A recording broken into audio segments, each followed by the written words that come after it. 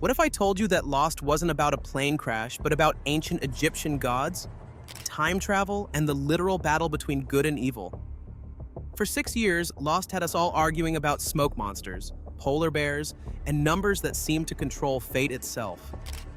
We thought we were watching a survival show. We were actually watching the most ambitious mythology ever put on television. In the next 12 minutes, I'm going to tell you the complete story of Lost. Not the way it was revealed to us week by week, but the way it actually happened. From the beginning of time to that final shot of the church. Trust me, when you understand the real timeline, everything that seemed random and confusing suddenly makes perfect sense. Chapter 1, on September 22, 2004, the Oceanic Flight 815 tore apart in the sky above the Pacific, scattering 324 souls across a mysterious island. This wasn't just any plane crash, but the beginning of the most elaborate puzzle television had ever created. Here's how the story puns out after the crash. Jack Shephard wakes up in a bamboo forest with no memory of how he survived. Around him, chaos. Screaming passengers, twisted metal, and something that would define the next 6 years of television. The feeling that nothing was quite what it seemed. Within hours, impossible things start happening. Polar bears appear in a tropical paradise. An invisible monster made of black smoke terrorizes the survivors. And then there's the French woman, Danielle Rousseau, who's been trapped on this island for 16 years, constantly broadcasting a distress signal that simply says, "I'm alone now on the island alone, please someone come." But here's where Lost got really clever. While we're watching Jack, Kate, Sawyer, and the others struggle to survive, the show starts revealing their secrets through flashbacks. The doctor has daddy issues. The fugitive isn't who you think she is. The con man has a heart. Every character carries a darkness that somehow led them to this exact moment. And just when you think you understand what's happening, they find it. A mysterious metal hatch buried in the jungle. What's inside will change everything. But you'll have to wait because Lost mastered the art of making you desperate for answers. Chapter 2. Remember that hatch? Well, it's not just some random bunker. It's a window into something much bigger and much more terrifying. Inside, they find Desmond Hume, a man who's been pushing a button every 108 minutes for 3 years. Not 107 minutes, not 109 minutes. Exactly 108 minutes. Because if he doesn't, according to him, the world ends. This is where Lost revealed its true genius. You see that button? It's connected to an electromagnetic anomaly so powerful it can tear apart airplanes flying overhead. I take this sounds familiar because the survivors caused their own plane crash by being late to push the button years earlier. But wait, it gets weirder. The hatch belongs to something called the Dharma Initiative, which is a 1970s scientific research project that turned this island into a giant laboratory. They've got stations everywhere, one for studying psychology, one for zoology, one that's just a fake building hiding something much darker. The survivors aren't alone. There are others on this island, and they've been watching, waiting, planning. They kidnap people in the night. They know things about the survivors' lives that should be impossible to know. Their leader is a manipulative mastermind named Ben Linus, who makes Hannibal Lecter look like a kindergarten teacher. The season ends with Desmond turning a fail-safe key, creating an electromagnetic pulse so massive it makes the island visible to the outside world. But that pulse does something else too. Something that's mind-blogging, for lack of better words. Chapter 3. You thought the show was confusing before? Welcome to Season 3, where Lost decided to mess with time itself. That electromagnetic pulse not only made the island visible, it scrambled Desmond's consciousness, sending his mind bouncing between past and future like a pinball machine. Suddenly, he can see what's going to happen before it happens. And what he sees terrifies him. Charlie's going to die. No matter what Desmond does, no matter how many times he saves him, Charlie Pace is destined to drown. Only that Charlie's death isn't random, but the key to contacting the outside world. In his final moments, underwater, drowning in a flooded station, Charlie discovers something drastic.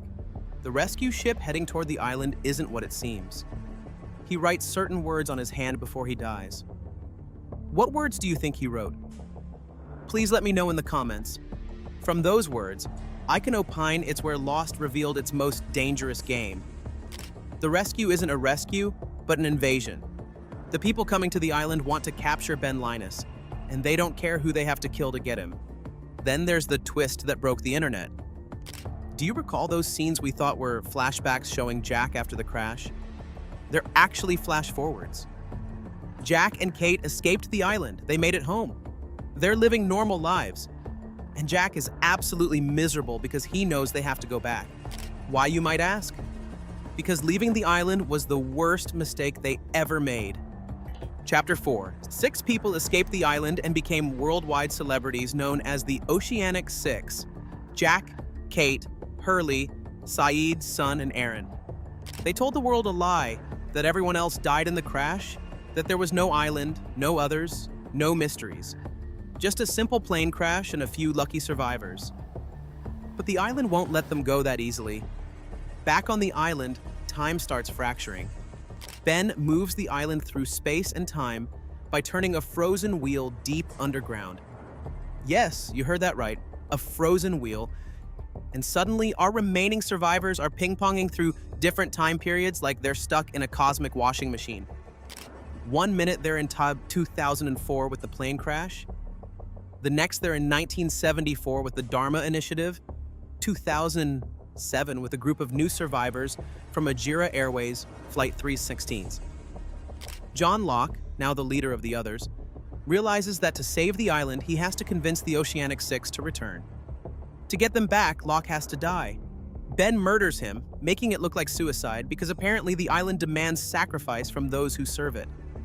The Oceanic Six return on Flight 316, but they don't all land in the same time period. Some end up in 1977 with the Dharma initiative, others in 2007 with the new survivors. For Locke, well, he's not quite as dead as everyone thought. Chapter 5, Season 5 drops the biggest revelation yet. Everything that's happened, every choice made, every tragedy endured, has been orchestrated by an immortal being named Jacob, who's been pulling strings for centuries. Jacob has been bringing people to the island for one purpose: to find his replacement as the island's protector. See, Jacob has a brother, and that brother became something very, very bad a long time ago. The smoke monster that's been terrorizing everyone? That's Jacob's brother, trapped on the island, desperate to escape and destroy everything in his path. Now, the Locke who came back to life isn't actually Locke. It's the smoke monster wearing Locke's face, manipulating Ben into killing Jacob. When Jacob dies, he whispers something that changes everything. They're coming. The survivors in 1977 realize they can prevent the plane crash from ever happening by detonating a hydrogen bomb at the exact spot where the electromagnetic anomaly exists. Juliet, dying in a shaft, uses her last breath to detonate the bomb. The screen goes white. Everything we've watched for 5 seasons might have just been erased. Chapter 6, the bomb worked. And it didn't. Welcome to Lost's final season, the Flash Sideways timeline. In one reality, Flight 859 never crashed. Everyone lives normal lives in Los Angeles. Jack's a father, Kate's still a fugitive, Sawyer's a cop. But something's wrong with this world.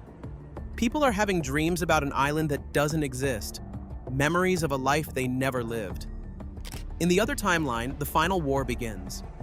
The man in black, wearing Locke's face, wants to destroy the island and escape. First, he has to kill all of Jacob's candidates, the people who could potentially replace him as protector. It's here that Lost showed its true colors. It was never really about the mysteries or the science fiction elements. It was about broken people finding redemption through sacrifice and love. Jack becomes the new protector of the island. In the final battle, Kate kills the man in black, but Jack is mortally wounded. With his dying breath, he passes the responsibility to Hurley, then returns to the heart of the island to save it one last time. And that Flash Sideways timeline? It's not an alternate reality, it's purgatory. A place where the souls of everyone who died are waiting to move on together. The final scene shows them all reunited in a church, ready to step into whatever comes next. Jack dies where he began, in that bamboo forest, looking up at the sky. Finally, at peace. Say, here's what I think most people missed about Lost's ending. It wasn't about answering every mystery. It was about understanding that some questions don't have answers, and that's okay. The island was a character itself, a place where broken people could find redemption, where faith and science crashed, where the line between good and evil became beautifully blurred. So what do you think? Was Lost a masterpiece of television storytelling, or an elaborate con job that wasted 6 years of our lives? Drop your hottest take in the comments below. And if this video helped you finally understand what the hell happened on that island, hit that subscribe button. I've got more TV mysteries to analyze that I'm sure will blow your mind just as much as Lost did. Next week, I'm looking into another show that left fans screaming at their TVs, the complete story of Spartacus. Trust me, you don't want to miss that breakdown.